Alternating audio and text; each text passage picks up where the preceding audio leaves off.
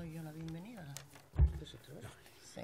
Bueno, pues yo misma os doy la bienvenida, agradeceros que hayáis venido a este acto de explicación, y tanto Toni Barbará como yo misma, Asun García, nos vamos a repartir un poco esta mini presentación, y presento primero a Toni Barbará, que somos dos de las personas aquí presentes, abajo hay más, del Consejo Político Federal de Madrid, que avalamos una ponencia, que es la que hoy nos van a trasladar, nos van a explicar, que se denomina Izquierda Unida Sí, con más fuerza, y que encabeza, por poner caras a esta ponencia, la compañera Paloma, que después hablaré más de ella. En todo caso, sí que Toni, le paso la palabra para que nos diga alguna cosilla. Sí, bona tarda. Alguna cosilla. Hem vingut a escoltar la Paloma y, per tant, la cosilla será breve, pero sí que está bien, mientras se ordenan los papeles, hacer un pequeño, enmarcar un poco el acto. En primer lugar, agradeceros vuestra presencia aquí, que es una presencia rebelde, altruista, insurgente y militante, porque claro, venir aquí no era fácil, y no por el transporte público, que sí que es fácil, sino porque era desoír todos los consejos, aconsejando, no vayáis a esas cosas. Bueno, pues bienvenidos, bienvenidas, porque aquí hay gente muy digna que quiere Izquierda Unida Sí, con más fuerza. Y en todo caso, Paloma, que es una mujer prudente, generosa y respetuosa, no dirá cosas sobre Cataluña y Esquerra Unida Alternativa, porque ella viene a hablar de otras cosas.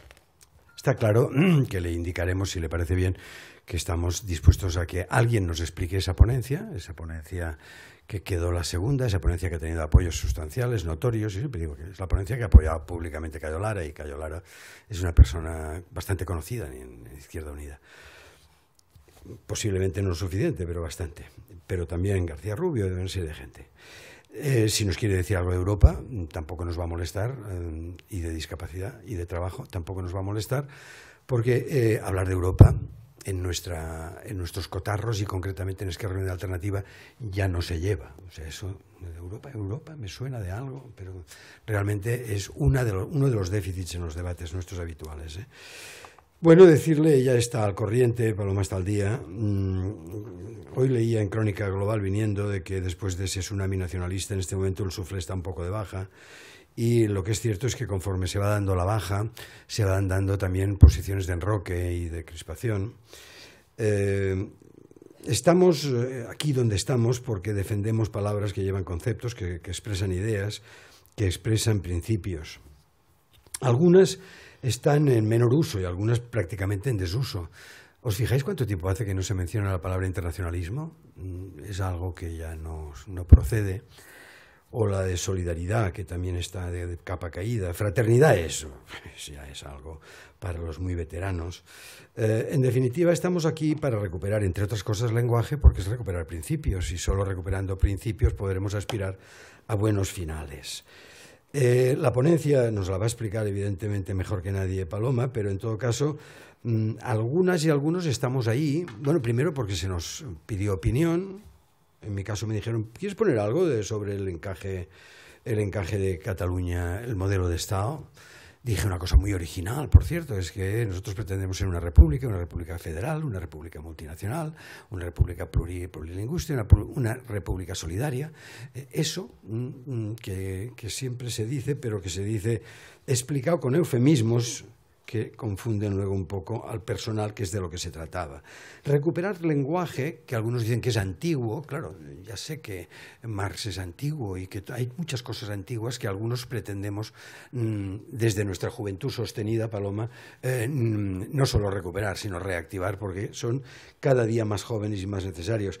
Esta ponencia tiene originalidades, habla de clases sociales, habla de lucha de clases, caray, qué antigüedad, qué cosa, habla de izquierda, habla de capitalismo, habla de imperialismo, habla incluso de fascismo, habla de términos que son absolutamente consustanciales para que nos podamos orientar, bien orientados en momentos de extrema confusión, a través de eufemismos interesados, que en definitiva nunca son neutrales, y que hablan desde una cierta ambigüedad que permite interpretaciones, lecturas diversas, y no me extiendo porque sabéis exactamente de qué estoy hablando. Estoy hablando de programas, de proyectos, de campañas.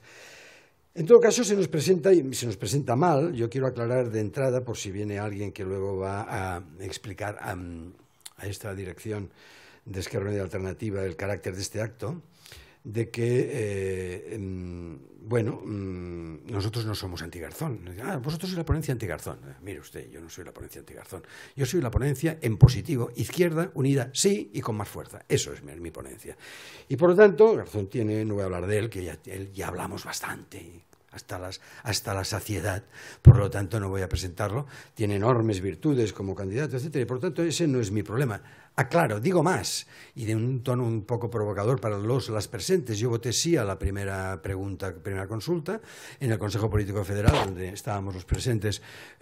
Fui de los que evidentemente argumenté y apoyé el que se hiciera una segunda pregunta, porque si en la segunda consulta lo otro era una intención estrictamente en blanco. Por cierto, ganamos, y ganamos porque incluso posiciones de la mayoría de la plancha de aplastamiento llegaron a algunos y algunas a corroborar que parecía lógico hacer una segunda pregunta. Si hasta Podemos la hace, y si se pueden hacer en 48 horas, en 24, en 12 horas, pues ¿por qué no íbamos a hacerla? Se ha hecho. Sabéis que las cifras están ahí. Me ahorro temas de interpretación, ya los leeréis. Algunos dicen que en Cataluña ha votado el 33%, otros dicen que el 19%, otros dicen que es el 90 y pico % que ha votado que sí. En fin, en definitiva, las interpretaciones son muchas y los motivos para votar sí, abstenerse o votar no, son todos ellos respetables. La democracia es buena, nosotros somos antiguos pero democráticos. Y en todo caso, las lecturas y las intenciones son muy diversas. Yo cuando explico el por qué mi sí es un sí que me gustaría explicar, porque no tiene demasiado que ver, voy acabando, con otras cosas que se sobreinterpretan. Hoy, Paloma, es el Día de la Enfermería, un día que quiero reconocer a las y las enfermeros, trabajadores de la salud pública y de la sanidad pública absolutamente entrañables, que siempre se quedan en segunda fila. Hoy es el día de las enfermedades de sensibilidad central, por lo tanto de fibromialgia, sensibilidad química múltiple, enfermedades en definitiva gravísimas que además, vete tú por dónde, y que no es casual, de cada 5, 4 son mujeres, es decir, una enfermedad especialmente dura, con un sesgo de género absolutamente dramático. El día 9 fue el Día de Europa, pero ya viste tú que Europa, esta Europa que realmente nos deprime y que nos subleva, porque se trata de no deprimirse, sino de sublevarse. Y hablando de esto, y acabo, solo ayer tuvimos un Consejo Nacional del que al salir os he de confesar que yo, que siempre critico reiteradamente, los que me habéis oído en algunos foros básicamente de Marea Blanca y demás, siempre digo que las patologías que afectan a esta sociedad nuestra son 3. Una es el miedo, la otra es la resignación y la otra es la autoinculpación, porque han llegado a conseguir que nos creamos que somos los culpables de la crisis. Pues bueno, yo que siempre digo que no hemos de caer ni en el miedo, ni en la resignación, ni en la autoinculpación, lo cierto es que ayer ya por aburrimiento, por cansancio, por hastío y por náusea salí de un Consejo Nacional donde de verdad que al llegar a casa hablé seriamente en casa con mi compañera y militante si había llegado el momento de hacer mutis por el foro que dicen los teatreros. Bueno, por la mañana te levantas y dices, pues no le voy a hacer ese regalo a una dirección que no se lo merece y por lo tanto voy a seguir.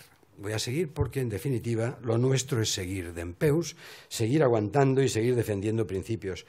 Hoy ha vuelto a salir el sol y ya no la ilusión, pero sí la esperanza y la lucha y la dignidad vuelven a instalarse y aquí estamos. No era fácil, lo sabíamos, pero para que Paloma tenga noticias, si no la tiene, de ese Consejo Nacional de ayer, un Consejo Nacional donde en principio se presentaba un PAC elaborado por la dirección, en el que se iba el documento que representa a EU y a Cataluña en la Asamblea, el documento, por lo tanto se entiende que ahí están todas las probabilidades en una página. Se lo obsequiaré luego para que si tiene insomnio esta noche, ya el insomnio se convierta absolutamente en crónico, porque lo que dice y sobre todo lo que no dice es realmente asfraído, que decimos aquí.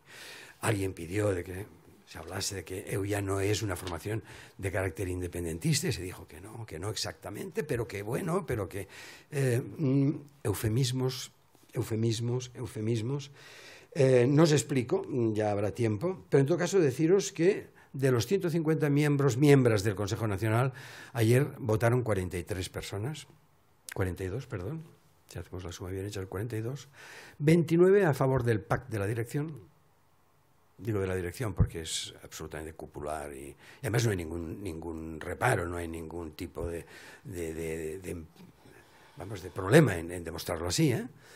29, sí, 12, abstención, 1 en contra. Bueno, tampoco os voy a decir quién fue el voto en contra, pero bueno, no importa.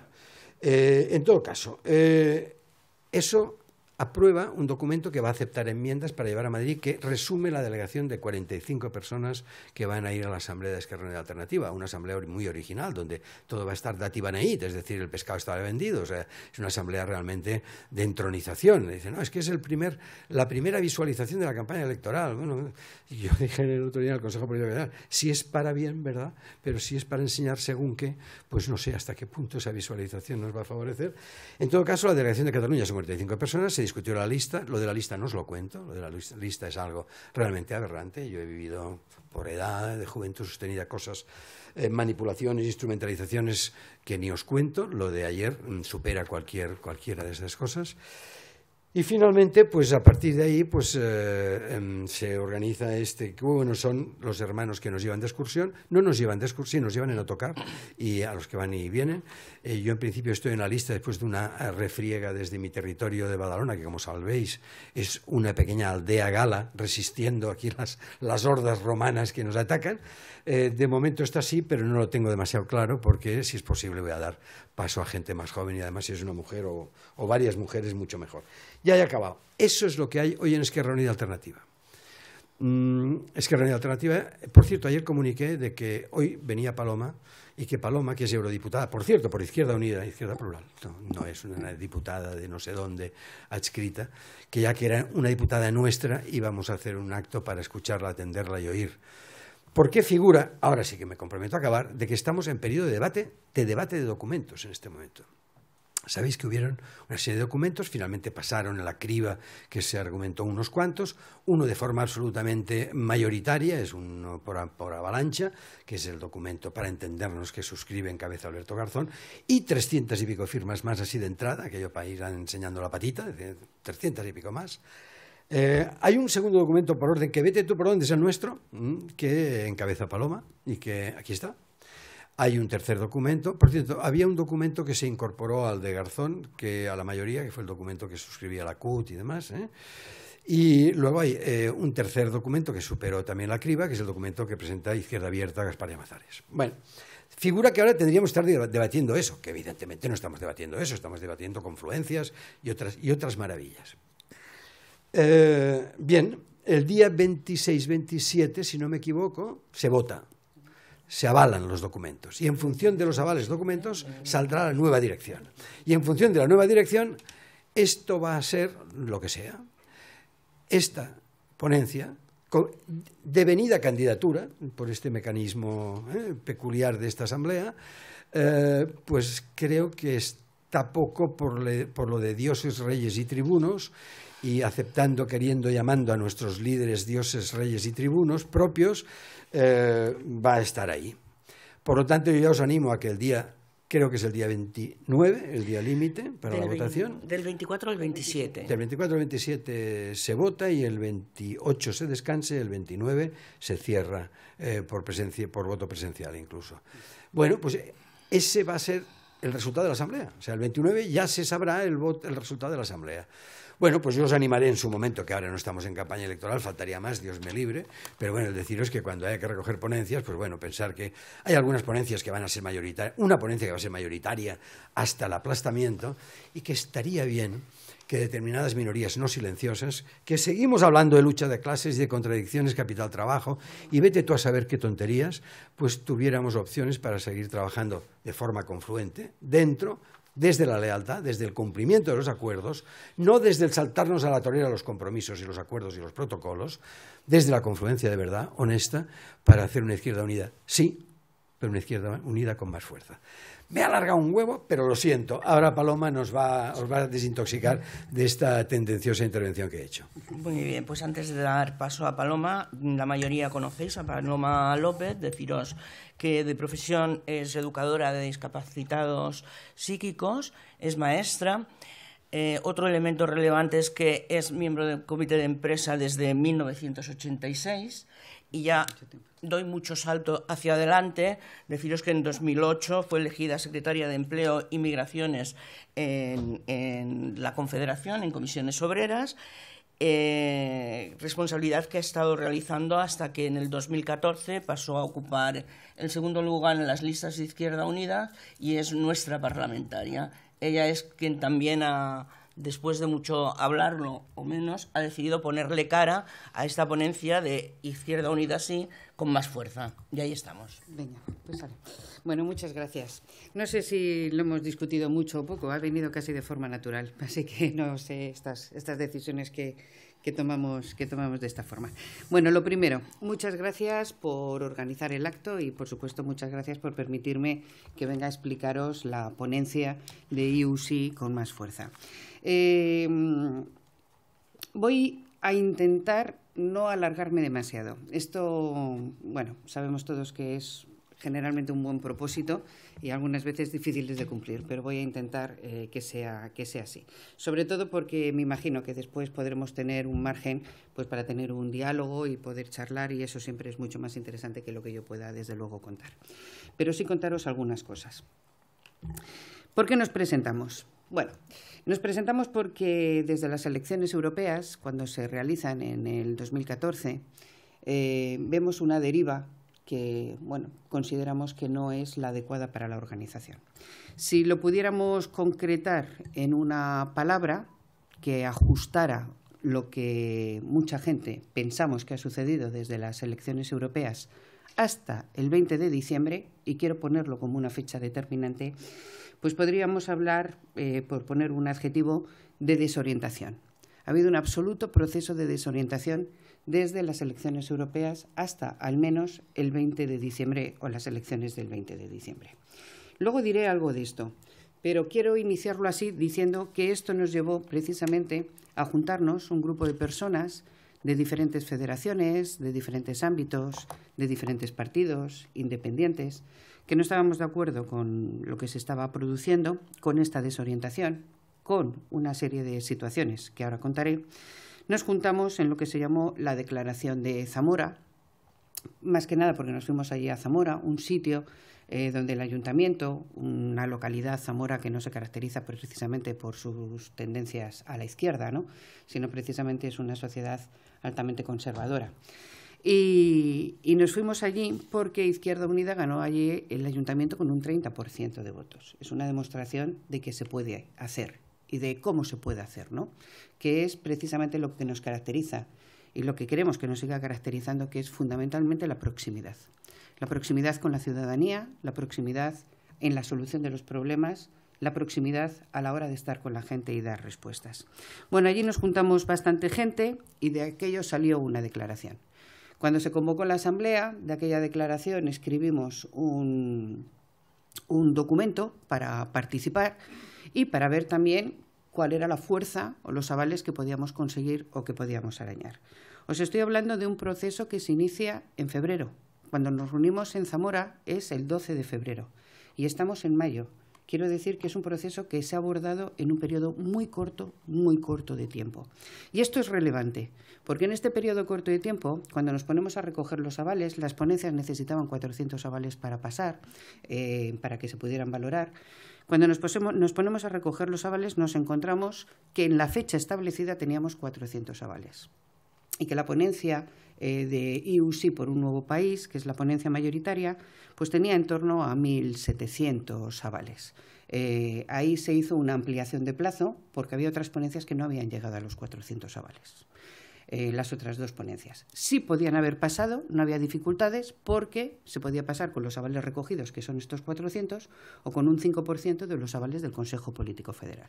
Y las otras dos ponencias también tenían ese 5%, con lo cual hubiesen pasado. Hubo una petición por parte de algunas federaciones de ampliación del tiempo y, por tanto, se dio más plazo para conseguir estos avales. En la ampliación de estos avales, que supuso una semana aproximadamente más, nosotros pasamos a casi los 800 avales. La ponencia de IU por un nuevo país pasó a 2.700 avales y las otras dos ponencias alcanzaron cada una de ellas los 400 avales. ¿En qué situación nos pone esto? Pues nos pone que la ponencia a mí no me gusta lo de personalizar, ¿no? Pero bueno, la ponencia mayoritaria, la de IU por un nuevo país, ha alcanzado el 63% de los avales. Nosotros, en un periodo de tiempo, IU sí, con más fuerza, en un periodo de tiempo que abarca desde el 12 de febrero hasta abril, que es cuando se inicia todo el proceso, tenemos o conseguimos 800 avales. Sinceramente, es una respuesta muy positiva por parte de la organización. Izquierda Abierta, su ponencia, consigue un 9% de los avales y la otra no es una ponencia completa, es una parte que va fundamentalmente vinculada al tema de Europa, sobre todo, alcanza un 7% de los avales. Este es el escenario que tenemos de cara a la Asamblea. Un 63% de la situación mayoritaria, un 20% de nosotros, IU sí, con más fuerza, un 9% de Izquierda Abierta y un 7% de lo que sería la ponencia, que ahora sí parece que se va a fusionar, por lo menos, con la ponencia mayoritaria. ¿Esto a qué nos lleva? A pensar, ¿presentamos candidatura o no presentamos candidatura? Pues parece que si tenemos estas posibilidades en un periodo de 2 meses tan amplias, con estos 800 avales, y ha tenido tan buena repercusión en la organización y recoge tantas posiciones, tantas tendencias y recoge un amplio punto de vista, pues parece que lo lógico es que presentáramos una candidatura. ¿Presentamos una candidatura para ganar? Pues evidentemente no, está claro. Pero no presentamos una candidatura para perder, que es posiblemente la contrapartida de lo que se pueda presentar. Presentamos una candidatura de luces largas. No presentamos una candidatura que va a solucionar los problemas de Izquierda Unida en un mes. Presentamos una candidatura que quiere que sobreviva Izquierda Unida, que quiere que sobreviva Izquierda Unida y una forma de entender Izquierda Unida. Porque estamos orgullosos de lo que somos, estamos orgullosos de nuestros 30 años, estamos orgullosos de nuestra mochila, estamos orgullosos de nuestro bagaje, estamos orgullosos de ser la única organización con un proyecto, con un programa netamente de izquierdas, cuyo eje vertebrador no es otro, aunque suene. Dice Tony, antiguo, a mí me gusta decir clásico, que parece que le da como una cierta perspectiva, ¿no? Pero que evidentemente siga teniendo como el eje principal de su actuación el conflicto capital-trabajo. Entre nosotros debemos hablar todavía en estos términos. A lo mejor si salimos a la calle hay que explicarlo de otra manera, pero tenemos que tener claro que el eje que nos une es el conflicto capital-trabajo. Y si queremos una sociedad socialista democrática, o realmente hacemos una movilización de ideas con los trabajadores como eje central, o si no va a ser muy difícil poder llegar y alcanzar un modelo socialista como desde luego nosotros queremos. No nos conformamos con una socialdemocracia liberal. Nosotros queremos una transformación de la sociedad. No queremos la sustitución de determinados partidos socialdemócratas por otros partidos socialdemócratas. Queremos una transformación y queremos, digo, un partido político, a mí no me duele decirlo, aunque seamos un movimiento político y social por definición, pero también somos un partido político que realmente influya en esa transformación social a la que queremos llegar. Conseguimos los avales, nos presentamos la candidatura. Hay mucha gente en esta candidatura, hay gente de Andalucía, habrá gente de... todavía no la hemos presentado, la presentaremos la semana que viene, que es cuando hay que presentarla, y hay gente de Andalucía, hay gente de Valencia, habrá gente de Cataluña, gente de Castilla-La Mancha, gente de Castilla y León, habrá gente de Asturias, habrá gente de Extremadura, habrá gente de Euskadi. Quiero decir que va a haber gente muy variada de muchas federaciones y habrá gente que pertenece al Partido Comunista y habrá independientes, que son la mayoría de esta organización, y habrá gente de otras organizaciones y habrá mujeres del Partido Feminista, y avanzaremos evidentemente en una construcción de lo que queremos que sea nuestra segunda seña de identidad, es decir, la pluralidad.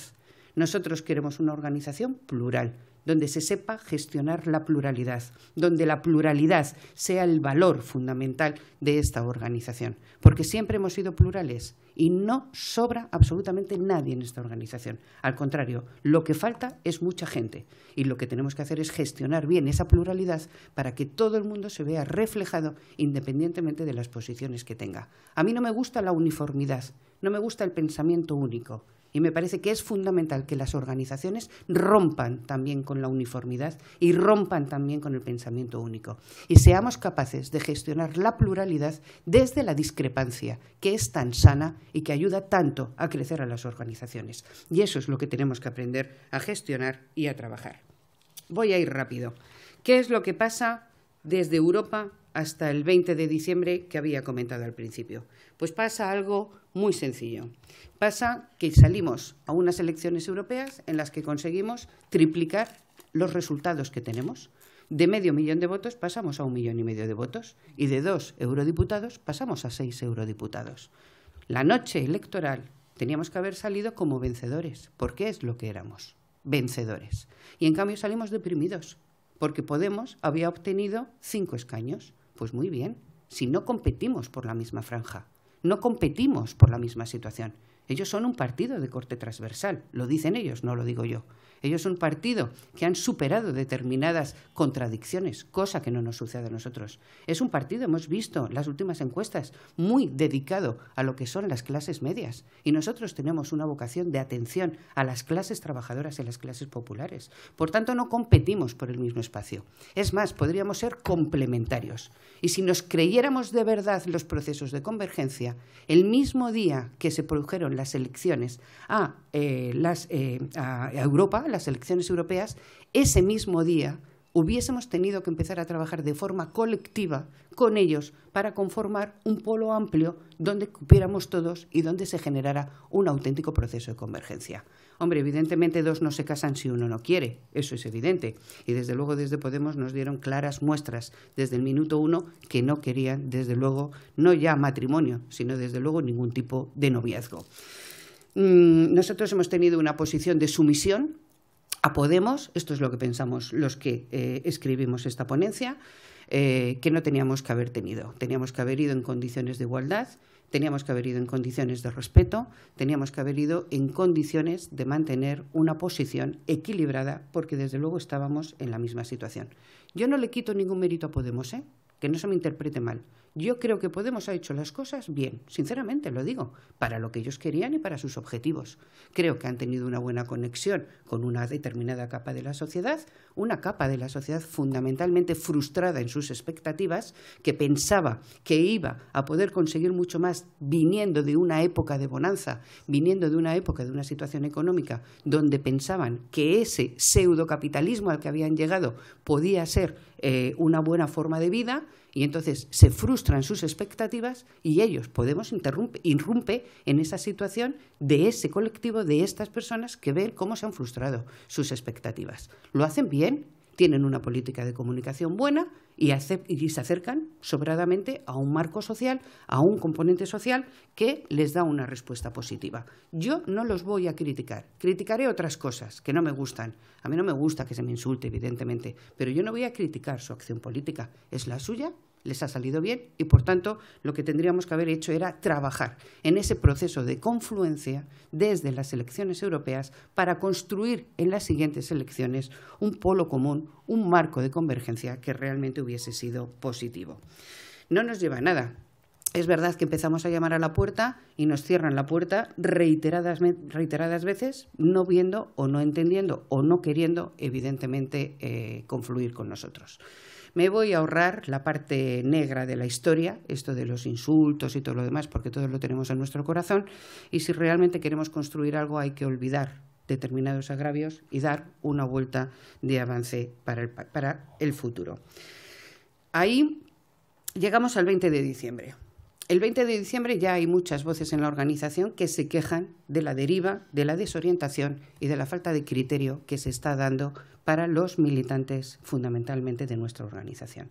No sabemos muy bien qué es lo que sucede, no sabemos por qué tenemos que diluirnos, empiezan a aparecer referentes desde nuestro punto de vista vacíos que no obedecen a lo que es la realidad de la organización. Y cuando me refiero a estos referentes, y luego diré algo del discurso, me refiero a cosas tales como que Izquierda Unida está superada. A mí todavía nadie me ha explicado qué significa Izquierda Unida está superada. ¿Está superada en qué sentido? ¿Por qué está superada? ¿Por quién está superada? ¿Para qué está superada? ¿Cuál es el objetivo que tenemos en esa superación de Izquierda Unida? ¿Es que acaso no podemos reformular y replantearnos qué es Izquierda Unida? ¿Es que acaso esta superación significa terminar literalmente con Izquierda Unida como organización que ha validado durante 30 años los derechos fundamentalmente de la clase trabajadora? ¿Qué significa superar Izquierda Unida? Tenemos que ¿cómo era el término? Refundirnos, ¿no? O refundarnos. Tenemos que refundarnos. Bien, ¿refundarnos en qué dirección? Porque si estamos hablando de que tenemos que cambiar algunos modelos de comunicación, estamos de acuerdo. Si estamos hablando de que tenemos que cambiar métodos de organización, estamos de acuerdo. ¿Pero qué significa refundar Izquierda Unida? ¿Significa, como se ha hecho desde algún partido de dentro de Izquierda Unida, decir que ya no hay que tener militancia? No lo compartimos.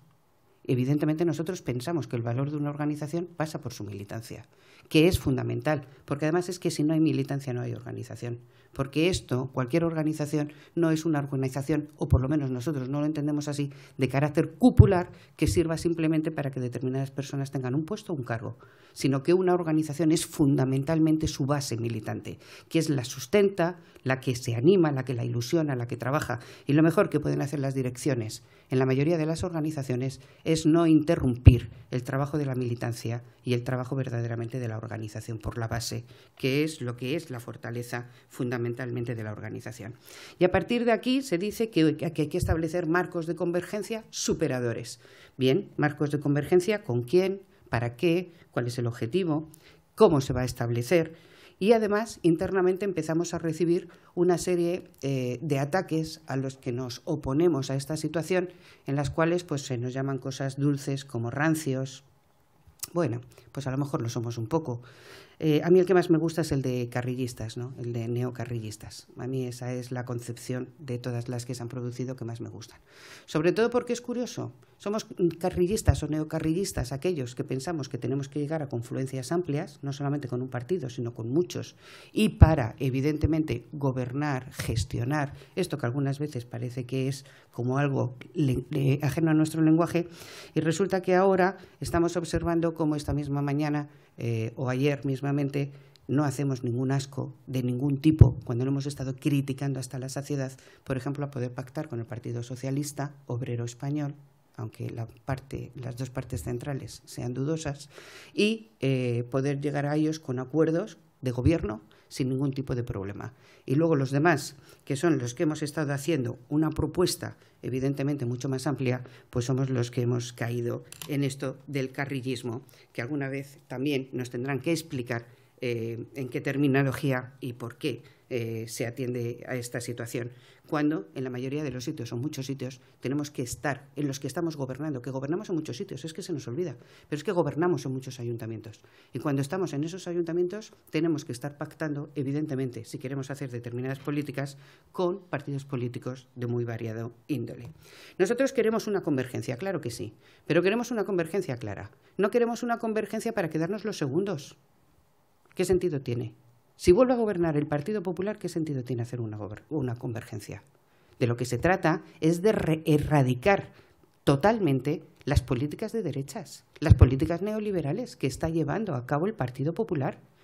Claro, si nos vamos a quedar los segundos, ¿esto qué significa? ¿Que vamos a cambiar esas políticas? Eso es lo que tenemos que trabajar en la convergencia. Tenemos que decir que no queremos quedar los segundos. Nuestro objetivo, evidentemente, en una convergencia es aunar todas unas fuerzas que puedan hacer un proceso de cambio, y voy a utilizar el término de cambio porque no va a haber transformación, proceso de cambio y de recuperación de derechos y de avanzar en determinadas líneas políticas. Y no va a haber transformación porque el modelo constituyente le defendemos nosotros.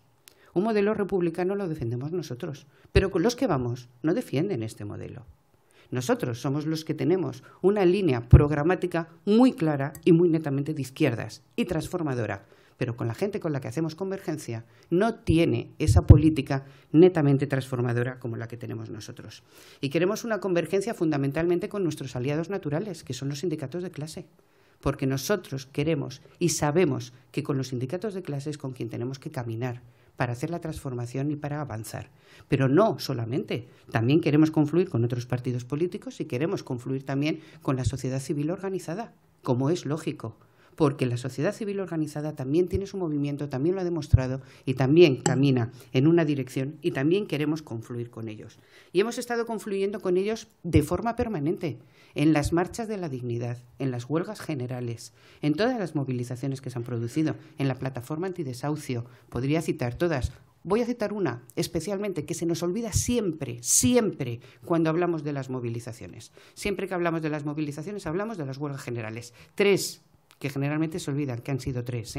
Si ha habido huelgas generales y luego el 15M. No, 3 huelgas generales, y luego el 15M. Pero bien, pero hay que poner también los marcos de las situaciones. Las marchas de la dignidad. Pero cuando hablamos de las movilizaciones se nos olvida una de las movilizaciones más grandes que ha habido en este país y que además ha tenido un resultado inmediato, que es la salida de un ministro del Gobierno, y es la marcha de las mujeres contra la ley del aborto que quería poner este Gobierno. Y esa se nos olvida siempre. Y hay que ponerla en valor, porque esto también determina cómo construimos la sociedad desde el patriarcado. Porque cuando hablamos de una sociedad capitalista, evidentemente, inexorablemente lleva junto a ella el patriarcado, que es un elemento fundamental para poder contener y para poder mantener el capitalismo. Hemos estado en todas esas manifestaciones y claro que hemos estado en las instituciones y sobre todo desde una fuerza municipalista como es Izquierda Unida. Porque nosotros no tuvimos malos resultados en las elecciones municipales. Tuvimos malos resultados en las autonómicas, y no en todas, porque hemos conseguido diputaciones, que parece que no se habla de ello. Pero en los ayuntamientos hemos crecido sustancialmente y nuestra posición en los ayuntamientos ha sido positiva. La demostración de la importancia que tiene estar en las instituciones se demuestra precisamente en el municipalismo. Es donde somos próximos a la gente, es donde estamos verdaderamente solucionando los problemas de la gente. No hay una dicotomía. No hay una separación en que estamos en las instituciones y no estamos en la calle. No es verdad. Eso es un relato falso. Estamos en las instituciones porque hay que estar, porque en las instituciones es donde se cambian las cosas. Y estamos en la calle porque no hemos abandonado ni una sola de las movilizaciones. Y hemos hecho cara y cruz de una misma moneda, la movilización y la representación institucional. Y a mí me preocupa, en un proyecto programático como el que hemos tenido ahora de cara a la convergencia, nosotros tenemos que poner en el boletín oficial del Estado, evidentemente, las cosas que vamos a cambiar. Y no vamos a tener la mayoría para cambiar cosas que son básicas en nuestro programa. Entonces, me valen los programas, pero los programas de mínimos están muy bien. ¿Es a donde hemos podido llegar? Estupendamente. Pero no digamos que luego es que nosotros seguimos manteniendo nuestro programa.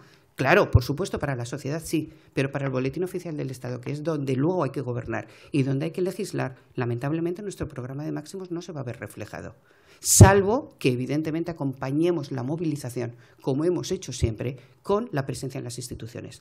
No sea que el próximo 26 de junio podamos llegar al Gobierno, que estaría muy bien para cambiar cosas, que sería absolutamente necesario llegar para cambiar cosas, y vaya a resultar que nuestra capacidad de influencia sea poca y tengamos la calle paralizada, no tengamos a la gente movilizada y, por tanto, no recibamos ningún input de que hay que cambiar las cosas necesariamente. Porque, lamentablemente, desde la aparición, no sé si de Podemos o desde una vocación, desde luego de los medios de comunicación, la movilización en la calle se ha paralizado. La movilización de las marchas de la dignidad pusieron 2 millones de personas en la calle. Fue una marcha muy grande. Pero a partir de ahí, todas las movilizaciones han ido parando. Ha habido cada vez menos movilización. Y para nosotros es fundamental la institución, pero sigue siendo fundamental que la sociedad esté movilizada. Nosotros entendemos una forma, en nuestro documento, entendemos programáticamente lo que debemos ser y dónde nos referenciamos. Y lo que debemos ser y dónde nos referenciamos, evidentemente, es en los trabajadores, que es el eje de nuestras políticas. Clases sociales, clase trabajadora y lucha de clases. Y no nos tiene que doler prendas cuando lo decimos, porque, por ejemplo, ahora estamos con el TTIP, que está ahí en boca de todo el mundo. El TTIP es la última campaña de una auténtica lucha de clases. No solamente para Europa, también para los trabajadores de Estados Unidos. Es la auténtica campaña final ya de la lucha de clases. Ganado el TTIP, ya nos van a tener ganados en su totalidad. Y, por tanto, nosotros no podemos abandonar que nuestro eje central sea precisamente las clases sociales, sean la clase trabajadora, el eje capital-trabajo, que para nosotros es fundamental. Esto no quiere decir que no haya otros ejes, Hay otros ejes que incluso Marx ya los comunicaba. Parece que ahora, últimamente, con esto del neolenguaje y las nuevas cosas, parece que el adanismo, parece que vamos descubriendo algunas situaciones. Pero Marx ya hablaba también del eje, por supuesto, capital-trabajo, pero también hablaba del eje del capital-planeta, del capital-vida, del capital, de una forma de entender también no solamente la sociedad y el trabajo, sino también de entender el mundo. Por tanto, el eje capital-trabajo es central y se engloba dentro de otros ejes que también son amplios y que también son importantes. Y lo siento mucho, yo soy completamente crítica con esto del ciudadanismo. Y lo voy a referir en dos minutos y voy con el objetivo de ir terminando. Ciudadanismo. Esto de la ciudadanía, ¿no? Se nos ha llenado la boca de la transversalidad, del neolenguaje, de la posmodernidad. Y entonces ahora hablamos de la ciudadanía como si fuera el elemento central que nos va a nutrir. Bueno, pues lo siento mucho, no hay derechos de ciudadanía si no hay derecho del trabajo. Y esto es algo fundamental. Y esto es algo que conocemos y sabemos muy bien las mujeres. En 1798, a Olimpia de Gouges la cortaron la cabeza por escribir el libro, se la cortó Robespierre, por escribir el libro Los derechos de las mujeres como mujeres y como ciudadanas. Poco antes estaba escrito el libro precisamente por Robespierre, etcétera, de los hombres como derechos de ciudadanía, los hombres y el derecho de ciudadanía. Y 2 años después, en el 1798, a Olimpia de Gouges, insisto, la cortaron la cabeza por escribir el libro Las mujeres y el derecho de ciudadanía para las mujeres. Los derechos de ciudadanía no son gratuitos. No simplemente te ponen, cuando naces te ponen el derecho que eres ciudadano y a partir de ahí ya tienes todos los derechos de ciudadanía. Que se lo pregunten a los inmigrantes, que se lo pregunten a los menores de 26 años que se han quedado sin tarjetas sanitarias. ¿Tienen derechos de ciudadanía? No. Se los han quitado. ¿Tienen derechos de ciudadanía todas las personas a las que las han desahuciado? No es el derecho de ciudadanía tener una vivienda. Se les ha quitado. Porque no hay derecho de ciudadanía si evidentemente no tienes derechos de trabajo. Porque tú no tienes una pensión, que debería ser un derecho de ciudadanía si no tienes un trabajo. Porque los derechos están vinculados, los derechos de ciudadanía también están vinculados al mundo del trabajo. Y podemos convenir que a lo mejor habría que cambiar ese modelo y a lo mejor deberíamos trabajar para ese modelo. Pero no podemos decir que de forma natural tú tienes un derecho de ciudadanía simplemente por haber nacido en un país en un momento determinado. Lo hemos visto, ¿eh? Nos han quitado un montón de derechos. ¿Por qué no te van a quitar los pocos derechos de ciudadanía que te quedan? Los derechos de ciudadanía, como el derecho del trabajo, hay que peleárselo todos los días. Y no se puede utilizar un referente hueco y un referente pretendiendo que sea transversal cuando la ciudadanía lo único que implica para el capital es el paso desde el trabajo hacia el consumidor. Y la ciudadanía es un elemento medio porque al capital lo único que le interesa es que haya consumidores. Lo de los trabajadores y lo de la ciudadanía son elementos que son para ellos indiferentes. Es un tránsito desde el mundo del trabajo hacia el mundo del consumidor. Y eso es lo que se está construyendo y se está construyendo en Europa. Porque ese es el objetivo final. Pérdida de la identidad de clase por encima de cualquier otra cosa, pérdida de la necesidad de defender y de luchar todos los días por el derecho para pasar a ser exclusivamente consumidores, que es lo único que le interesa al capital en una sociedad donde el consumo y el comercio es la pata central y, por supuesto, la financiarización, la pata central de todo.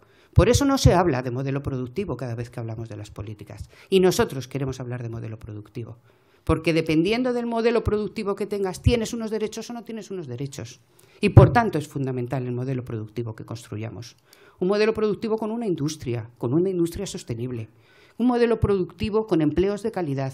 Y cuando me refiero a empleos de calidad, me refiero a salarios altos y me refiero a derechos laborales. Y me refiero a una normativa laboral que equilibre las relaciones entre los empresarios y los trabajadores. Que esto es lo que se han llevado por delante. Se han llevado por delante los salarios y los derechos, pero sobre todo lo que se han llevado por delante es romper la relación de equilibrio entre los trabajadores y los empresarios. Y eso es lo que hay que recuperar, un nuevo estatuto de los trabajadores. Y me niego a hablar, y lo pone en la ponencia, del ahora o nunca, porque eso genera frustración. Genera frustración. Ahora o nunca es un referente vacío. Yo lo que quiero es hablar de cómo vamos a conseguir hacer un nuevo estatuto de los trabajadores donde recuperemos el equilibrio, precisamente entre los derechos del trabajo y los derechos de los empresarios. y tengamos una posición fuerte y queremos hablar de cómo vamos a transformar todas esas situaciones. No me gusta esto del proceso constituyente. Me gusta, lógicamente, que hablemos de que tenemos que cambiar la Constitución, por supuesto. Ya quisiera yo la Constitución de la República, ¿no? El capítulo 1, que decía España es una república de trabajadores de toda clase. Ya quisiera yo tener una república que empezara por ahí, más luego todo lo que llevaba añadido. Pero eso se consigue, evidentemente, con algo fundamental, que es la movilización de las ideas. Y la movilización de las ideas no se tiene si resulta que todo es transversal, si resulta que tenemos un atrápalo todo, si resulta que todo es arriba o abajo, si resulta que es ahora o nunca, que son referentes absolutamente vacíos, que no dicen absolutamente nada. Y, por tanto, lo que tenemos que hacer es combatir todo ese neolenguaje, todo este posmodernismo que se está dando, que lo que hace es que haya un cuestionamiento de lo que es fundamental o de lo que debe ser fundamental para la izquierda, que es el sujeto social y el sujeto político de cambio. Y esos son, evidentemente, los trabajadores y las trabajadoras. Y tenemos que hablar de la temporalidad y de la precariedad y del desempleo como mecanismos de dominación precisamente de la clase obrera, de constitución del miedo, de hacer que efectivamente la gente no se movilice. Y hay contradicciones secundarias, por supuesto, dentro de lo que es la clase social. Contradicciones secundarias, que es cómo conviven en un momento determinado trabajadores con derechos y trabajadores sin derechos. Pero es que eso también hay que explicarlo y también hay que explicar que tenemos soluciones. De esas son de las cosas de las que nosotros decimos que tenemos que hablar de la ponencia. Porque lo decía Lenin, hoy estoy un poco así marxista-leninista, que hacía ya que no lo estaba, pero decía Lenin, la realidad es concreta, ¿eh? Entonces está bien, tengamos un marco en el que hay que hablar, pero luego tenemos que hacer una verdadera transformación en esa realidad que es concreta. Finalizo. Asamblea. Claro, tenemos la asamblea, bueno, antes de la asamblea. Todo esto conlleva un modelo organizativo. Evidentemente, si no hay un modelo organizativo es bastante difícil poder llevar las cosas a cabo. Y este modelo organizativo da lo mismo de lo que discutamos. Es decir, y lo explico, porque claro, ahí hay una diferencia fundamental entre los diferentes documentos. Hay un documento que dice, no hace falta tener un consejo político federal de 300 personas. Bueno, pues pueden tener razón. Y lo que es necesario es tener 3 órganos más pequeños y más reducidos para la toma de decisiones. Bueno, nosotros hemos propuesto un modelo que va en otra línea, pero os lo digo sinceramente, y es la primera vez que lo digo, y luego los de la ponencia que me den una colleja si lo consideran oportuno. Es lo que tiene esto de intentar tener libertad de expresión y ser libre a todas horas. A mí me da igual, porque el problema no es tener un órgano o 17 órganos. El problema es que funcione el órgano que tenemos. Da igual. Y que funcione y que nos creamos que tiene que funcionar. ¿Y qué es en lo que nosotros creemos que tiene que funcionar? Pues fundamentalmente en la federalidad. No como un órgano de carácter confederal, que es como ha estado funcionando el Consejo Político Federal. Por tanto, hay que tener un órgano que se crea lo de la federalidad y trabajar, evidentemente, desde ese marco. Son las federaciones las que tienen que tomar las decisiones y la posición de esta organización y hacerlo de forma coordinada, evidentemente, y no hacer una coordinadora de federaciones, sino un trabajo federativo importante. Y eso es en lo que tenemos que ir. Por tanto, me da lo mismo que haya 3 órganos o un órgano, si nos ponemos de acuerdo verdaderamente en lo que queremos construir y cómo se toman las decisiones. A mí no me gusta ver cómo ha sucedido que Asturias no esté de acuerdo con el proceso de convergencia y se tenga que venir porque nadie ha hablado con ellos. No me gusta. Me parece que los elementos fundamentales para que una organización sea fuerte y para que una organización verdaderamente no esté desorientada y sepa cómo tiene que funcionar es precisamente la federalidad y la forma y la construcción de sus órganos de dirección. Y no me gusta en lo que se plantea en algunos informes que lo que tiene que haber son órganos donde haya representación de los partidos. En Izquierda Unida estamos gente que no tenemos ningún partido. Lo hemos tenido en algún momento, ahora no lo tenemos, somos independientes. ¿Y por qué nosotros no podemos estar en esos órganos de dirección? ¿Por qué hay que tener una prevalencia sobre la gente que está en otros partidos? Y luego esto, claro, me lleva a un análisis, me voy de un tema a otro, pero es que, claro, me lleva a un tema, dice, es que no podemos constituirnos como un partido político, somos un bloque social y político, que yo estoy de acuerdo, pero resulta que somos una organización que está constituida por partidos políticos. Superemos nuestras contradicciones, ¿eh? Es que hay que hablar de estas cosas y hay que hacerlo con lealtad. Y hay que hacerlo, desde luego, desde un marco de serenidad y de un marco de tranquilidad. Yo me niego a insultar a ningún compañero ni a ninguna compañera. Me niego por principio. Porque me parece que el insulto lo único que hace es que agranda el sectarismo, que lo que nos lleva es al enfrentamiento, a que la gente se aburra y se vaya. Y me lleva a la última conclusión, y es pensar que a lo mejor alguien puede tener en su cabeza que es mejor tener una organización chiquitita y fácilmente gobernable para tomar las decisiones y hacer lo que considere oportuno, en vez de tener una organización fuerte, organizada, amarrada, con las ideas claras, con sus luces y con sus sombras, que hay muchas, con los cambios que se tienen que propiciar, pero desde luego una organización viva, con muchas ganas de tomar las decisiones, de tomar la calle y de tomar las instituciones. Y esto es lo que planteamos, desde luego, en nuestra ponencia. El tema de Europa, sencillo. Tenemos que hablar mucho del tema de Europa. No podemos tener una posición en el tema de Europa que se resuelve, por un lado, en que tenemos que abandonar la Unión Europea y el euro, que es lo que se ha aprobado recientemente en la Asamblea del Partido Comunista, y por otro lado los mismos diciendo que vamos a ser partícipes del Plan B de Varoufakis. Es que es exactamente lo contrario una cosa de otra. Y los que dicen una cosa, lo siento mucho, no pueden estar defendiendo la contraria, porque es que nos lleva evidentemente a una situación de locura. Por tanto, hay que tener una reflexión serena. ¿Podemos democratizar las instituciones europeas? En el actual escenario no. ¿Esto significa que tenemos que abandonar Europa y la zona euro? Pues tenemos que hablar de ello, porque es que a lo mejor hay que plantear alternativas democráticas, no tanto de la democratización de Europa, sino de la constitución de fondos, para poder, si un país quiere salirse del marco europeo, no tenga que resultar penalizado. Y tenemos que tener marcos serenos para tomar decisiones. Y la Asamblea, lamentablemente, que se va a celebrar el día 3, y el día 4 y el día 5, no es una asamblea donde se pueda tener ese debate sereno. Es muy novedoso el método, pero tenemos un montón de documentos, 4, con un montón de tesis que hay que discutirlas, que hay que hacerlas, que se van a hacer todas, pues de esta manera, que luego tendremos una semana para intentar conjugar todo lo que nos haya llegado. Por ejemplo, EU sí con más fuerza. Cualquier persona nos puede remitir una nueva tesis, cualquier persona nos puede hacer enmiendas, nos puede hacer aportaciones, y eso enriquece. Nos tendremos que sentar y tendremos que ver efectivamente qué es lo que hay. Pero todas esas aportaciones se van a perder cuando salga una ponencia mayoritaria. Todo lo demás se pierde. ¿Es que no podemos aportar elementos positivos entre las 4 ponencias y haber hecho una ponencia de síntesis entre las 4 ponencias? Si es que hay cosas en las que no estamos tan diferenciados. Hay cosas en las que sí. Dejemos eso para discutirlo en la asamblea, porque lo podremos enmendar y lo podremos arreglar. Pero llegamos a una asamblea en la que ya está todo votado. Yo tengo dudas de que esté discutido, pero está todo votado. Y entonces allí llegamos ya con la propuesta votada. También llegamos con una dirección votada. A mí lo que menos me preocupa, lo digo sinceramente, pero llegamos también a una dirección votada. ¿A qué vamos a la asamblea del 4 y del 5? Vamos a discutir de estatutos, que no tiene poca importancia, pero curiosamente los estatutos nos han entregado, Y de los estatutos nadie tiene un documento de estatutos. Hombre, si somos democráticos y queremos participar de todo, también de los estatutos, y que la gente también nos diga qué es lo que piensa en los estatutos, que ahí no se han presentado. Entonces, bueno, llegaremos a la asamblea. El otro día presentamos que se aplazara. Nosotros entendemos que la podíamos haber hecho perfectamente después del proceso electoral, que no nos hubiese generado ninguna complicación a ninguno. Hubiésemos podido debatir con serenidad, con lealtad, con tranquilidad de todos los problemas y de todas las cosas y de los cambios que son necesarios en Izquierda Unida, porque nuestra ponencia dice que se necesitan cambios. Hubiésemos establecido un plan de actuación, unos planes de intervención, de formación, de comunicación, para poder trabajar y para poderlos establecer de forma conjunta, y hubiésemos podido debatir con tranquilidad.